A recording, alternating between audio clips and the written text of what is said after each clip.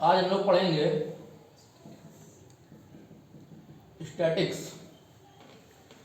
तो class 9th में जो हमको पढ़ना है स्टैटिक्स, वो मेनली 3-4 टॉपिक पढ़ने हैं। सबसे पहले डेटा क्या होता है। तो डेटा का मतलब ये कह सकते हैं कि जो न्यूमेरिकल इन्फॉर्मेशन होती है उसको डेटा कहते हैं। यानी सबसे पहले अगर हम बात करें कि डेटा क्या है, तो हम कह देते हैं कि जो न्यूमेरिकल इन्फॉर्मेशन है, किसी बच्चे के मार्क्स हो सकते हैं या किसी बच्चे की एज हो सकती है, तो इन चीज़ों को हम कहते हैं डेटा। डेटा जो होता है वो 2 प्रकार का होता है, एक होता है प्राइमरी और एक होता है सेकेंडरी। प्राइमरी का मतलब ये होता है कि जो डेटा जिसके द्वारा कलेक्ट किया जाता है उसे प्राइमरी कहते हैं। सपोज अगर हमने किसी बच्चों के टेस्ट लिए और उनके जो मार्क्स जो हमको मिले वो प्राइमरी डेटा है, और अगर उन मार्क्स को हम बोर्ड भेज दें तो बोर्ड्स के लिए वो मार्क्स क्या हो जाएंगे, सेकेंडरी डेटा बन जाएंगे, सेकेंडरी। तो इतना ही केवल डिफरेंस है प्राइमरी और सेकेंडरी में, यानी कि जो डेटा कलेक्ट करता है उसके लिए प्राइमरी होता है और जब वो किसी को सेंड कर देता है तो डेटा वो सेकेंडरी बन जाता है। इसके बाद 9th में हमको पढ़ना है कि डेटा को रिप्रेजेंट कैसे करना है, डेटा का कलेक्शन क्या है और रिप्रेजेंट कैसे करना है। अच्छा, स्टैटिक्स का मतलब भी यही होता है कि डेटा को कलेक्ट करना और रिप्रेजेंट करना, एनालिसिस करना उसकी, यही सारी चीज़ें जिस साइंस में आती हैं उसको स्टैटिक्स बोल देते हैं। जनरली अगर कोई पूछे कि डिफाइन करो तो आप कह सकते हो कि ऐसी साइंस है जिसमें हम डेटा को एनालिसिस, इंटरप्रिटेशन और रिप्रेजेंटेशन करते हैं। ठीक है, तो डेटा में अगर रिप्रेजेंट करने की बात आएगी तो हम क्या करेंगे, कई सारे ग्राफ पढ़ने होते हैं। सबसे पहले हमको पढ़ना होता है बार ग्राफ। क्लास 8 में पढ़ा होगा आपने। एक्स एक्सेस और वाई एक्सेस पे हम कुछ वैल्यू ले लेते हैं और उसके हिसाब से ग्राफ को ड्रा करते हैं। फिर दूसरा होता है हिस्टोग्राम। 9th में 2 ही ग्राफ पढ़ने हैं, बार ग्राफ और हिस्टोग्राम। बताएंगे कैसे इनको क्या करना है, आगे हम डिस्कस करेंगे ग्राफ कैसे बनाने हैं। 10th में ओजाइव आ जाता है, less than ogive, more than ogive. Pie chart भी पढ़ना होता है, एक सर्किल पे बनता है। ठीक है, इसके बाद जो मैं नेक्स्ट टॉपिक पढ़ना है मेजरमेंट ऑफ सेंट्रल टेंडेंसी। अच्छा, स्टैटिक्स के अंदर 2 मेजरमेंट पढ़ने हैं। एक हमको पढ़ना है मेजरमेंट ऑफ सेंट्रल टेंडेंसी और एक पढ़ना है मेजरमेंट ऑफ डिस्पर्सन। इसके अंदर जो चीजें आती हैं वो हमें 9th-10th में पढ़नी है। तो क्या क्या आता है, एक तो आता है मीन, एक आता है मीडियन और एक आता है मॉड। इन 3 चीजों को हम मेजरमेंट ऑफ सेंट्रल टेंडेंसी के अंदर पढ़ेंगे। फिर बात आती है कि मेजरमेंट ऑफ डिस्पर्सन क्या होता है, तो उसके अंदर रेंज आ जाता है, डेविएशन आ जाता है और वेरिएंस आ जाता है। वेरिएंस जो हमें क्लास 11 में पढ़ना है आगे जाकर के। स्टैटिक्स मतलब लगभग हर एग्जाम में आपको मिलेगी पढ़ने को, किसी भी आप कॉम्पिटिटिव एग्जाम में बैठो जाकर के वहां पे आपको पढ़ने को मिलेगी।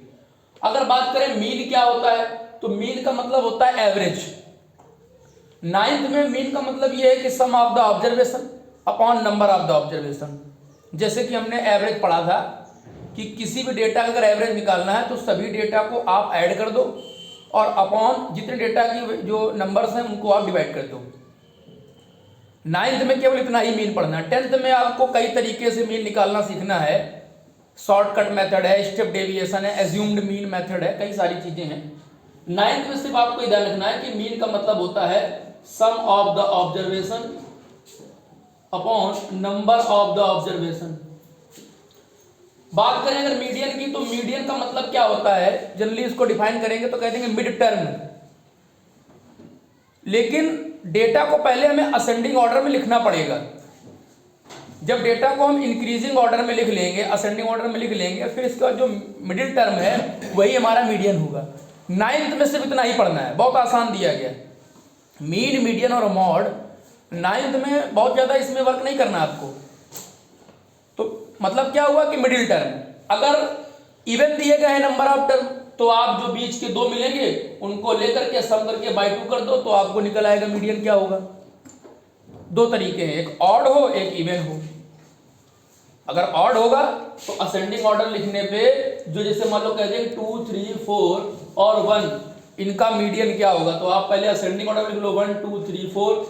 अब ये हमारे सारे इवन हैं, तो इवन के मिडिल क्या हो जाएंगे 2 और 3, इनका सम कर दो बाई 2 कर दो, तो 5/2 यानी क्या हो गया 2.5। और अगर हम कह देते कि 1 2 4 3 5, इसका बताइए मीडियन क्या है। तो आप पहले असेंडिंग ऑर्डर लिखोगे तो 1 2 3 4 5, अब मिडिल टर्म क्या है हमारा 3, तो यही मीडियन हो गया हमारा, इसमें कोई दिक्कत नहीं होगी। इवन में क्या करते हैं कि जो मिडिल मोस्ट टर्म है, मिडिल मोस्ट मतलब जो सबसे मिडिल में है, उनका आप एवरेज निकाल दो सम बाई 2।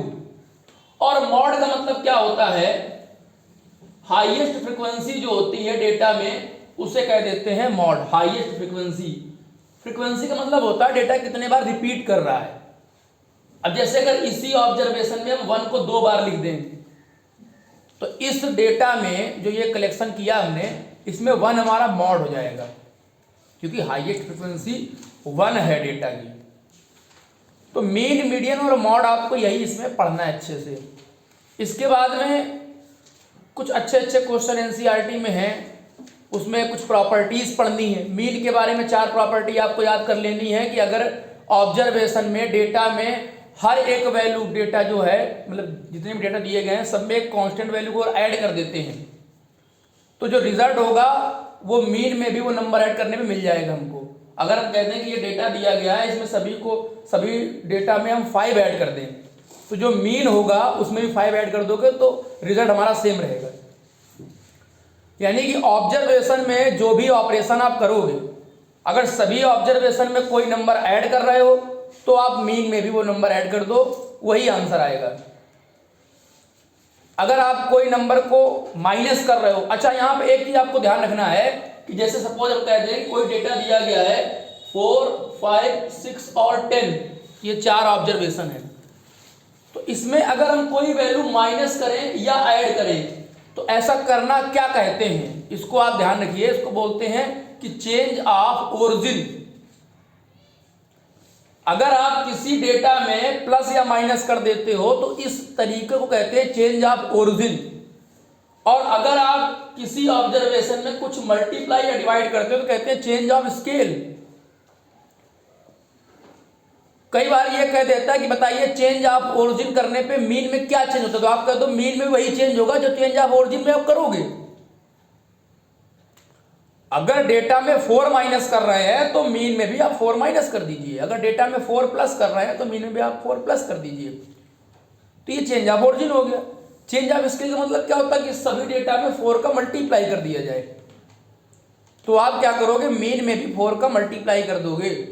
इन प्रॉपर्टीज का बड़ा यूज किया जाता है। जैसे कि हम कहते हैं एग्जाम्पल आपको दें, तो एक एग्जाम्पल क्या हो सकता है, हम आपसे कहते हैं कि कुछ बच्चों के मार्क्स दिए गए हैं, मान लीजिए 5 बच्चों का टेस्ट हुआ तो उनके मार्क्स दिए गए हैं, किसी के 10 है, किसी के 13 है, किसी के 15 है, किसी के 17 और किसी के 19। अब कहते हैं सभी मार्क्स को अगर हम 2 से माइनस कर दें, सभी मार्क्स में 2 माइनस कर दें तो मीन क्या आएगा। तो अगर हमको मीन दे रखा है उसने, अगर इसका मीन निकालेंगे तो क्या होगा, मीन का मतलब क्या, इसका सम कर दो अपॉन 5 कर दो, तो 9 7 क्या होगा 16 21 24, तो ये 4 हो जाएगा। 2 1 3 4 5 6 7 74 हो गया।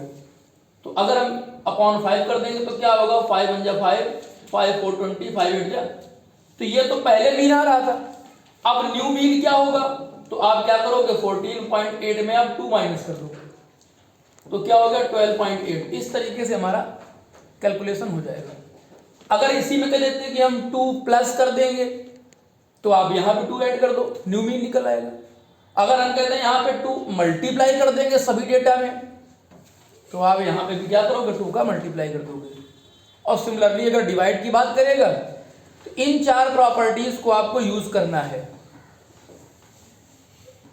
और इसमें क्वेश्चंस कई तरीके के मिलेंगे आपको एनसीईआरटी में, तो उनको प्रैक्टिस करिए अच्छे से। अच्छे क्वेश्चन, कुछ क्वेश्चन मिसरीड वाले हैं कि हमने 10 डेटा हैं उसका मीन दिया गया है, एक डेटा हमने मिसरीड कर दिया।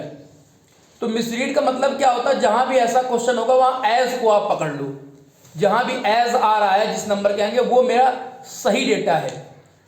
तो आप क्या करोगे, पहले सम निकाल लो।